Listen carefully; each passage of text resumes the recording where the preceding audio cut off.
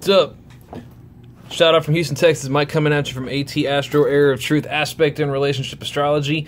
And in this second segment of my moon sign series, we're going to do probably one of the most searched and asked about moon signs out there.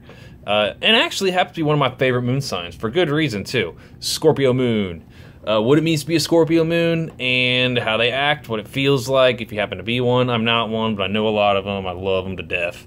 And yeah, just all about Scorpio placements. Scorpio placements all have a similar vibe, but since the moon rules like your gut reaction, your emotional nature, your relationship with your mother, your instincts, it has a really marked and pronounced effect. Most people, whenever I do a natal chart and I see they have a Scorpio moon, if I've already met them first, I know, like, I'm like, okay, that makes total sense, because you can just get a vibe off of them.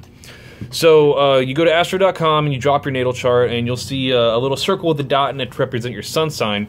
That'll be in whatever sign you traditionally associate with your sign.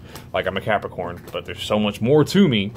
And then you find the little moon symbol and what sign it falls in. And if it falls in Scorpio, you know, it's like a little M with a devil tail on it, so it's a devil M, then you know you're a Scorpio moon. And Scorpio is all about death, rebirth, transformation. It's ruled by Pluto. It's ruled by the 8th house. And when your emotions are ruled by such an intense energy, it can create a really intense emotional nature. And it's got its good sides and it's got its bad sides. Now, the moon is considered to be in detriment in Scorpio. But, you know what's also really funny? Scorpio is a feminine energy, but yet any feminine planet that falls in Scorpio is considered to be in detriment. It's a little bit of a quandary. Like, Venus is in detriment in Scorpio as well. I have a Scorpio Venus, so I love Scorpio moons, though. They're so unbelievably loyal. They're intensely caring. They're going to be there for you. You don't have to, if they like you, if they love you, if they built a connection with you, they're not going to want to let you go. And on top of that, they're definitely somebody who's not going to be afraid to go up to bat with you if you need it. And my Leo moon loves that. They will literally, if they really truly do care about you, a Scorpio moon will go the mile with you. They will, it's really intense, but there's something really admirable about it. They're fearless when it comes to their emotions, when they feel they need to be fearless. Now, there is actually a polarity to it, because there is a lot of fear about being emotionally vulnerable. They won't let it out, especially if they don't know you. There's trust issues. They also can be really black and white with their emotions. Scorpio Venus does it too. I'm like that, but not to the same extent. Either they love you and they're all in with you, or they dislike you entirely. And even if they're mad at you, they say that Scorpios don't forgive. They do forgive. Oh, they'll forgive, but they won't forget. And everybody knows that. I've heard that said a million times. They will not forget, but they will forgive, especially if they love you and they trust you. I mean, everybody has a limit, but I've seen, you know, people with Scorpio moons get hung up on somebody that they were in a relationship with, and then, you know, as much as that person hurts them, they just keep fawning and fawning and fawning, and they can't seem to let go of that. Like, Scorpio just doesn't let go. It bites down, and it just won't let go.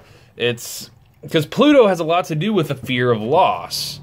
And there's a lot about your self-esteem mixed all up into that energy. And when your emotions are ruled by Pluto, or ruled by the 8th house, you hold on to things just more from a fear of losing, of loss, fear of abandonment. Abandonment issues can definitely be a problem with Scorpio moons sometimes, unless they're evolved. I know so many Scorpio moons that I've been really close to in my life. I've seen like the whole spectrum of Scorpio moon. They're all very similar. They're all very intensely caring. They're very passionate about the people they care about, and depending on the aspects, what they believe in.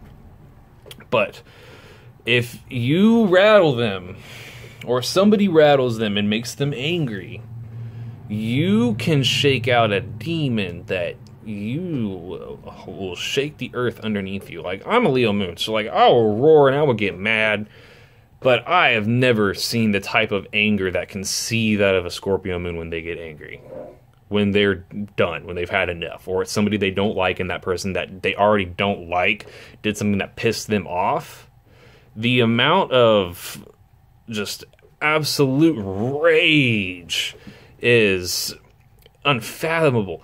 I've seen some of them, they'll take that rage and these emotions that are coming through it's like a boiling cauldron that they usually keep hidden in a very, very cool demeanor.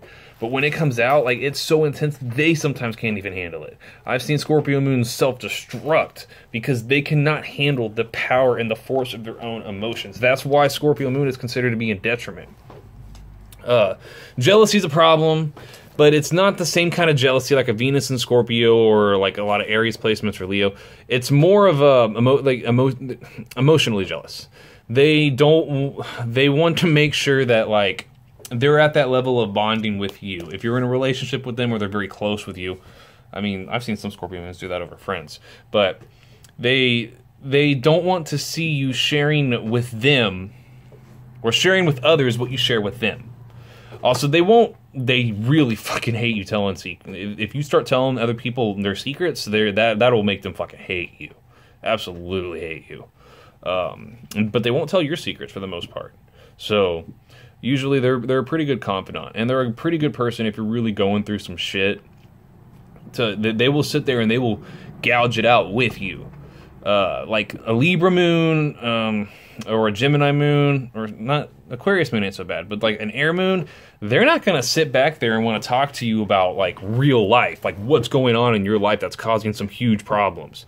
They're not going to want to do that. They're going to want to skim over all that, you know, they're going to want to skim over all that emotional stuff and not touch on what's really important. Scorpio wants to get down to it. They have no problem with that. They're, like I said, fearless emotionally. I really respect that about them. But I have seen, it depends on the person that they're dealing with. If it's something that they already really care about, they will forgive. If they already don't like you, they will not forgive you if you piss them off. No going back. They'll cut you off for the rest of their life.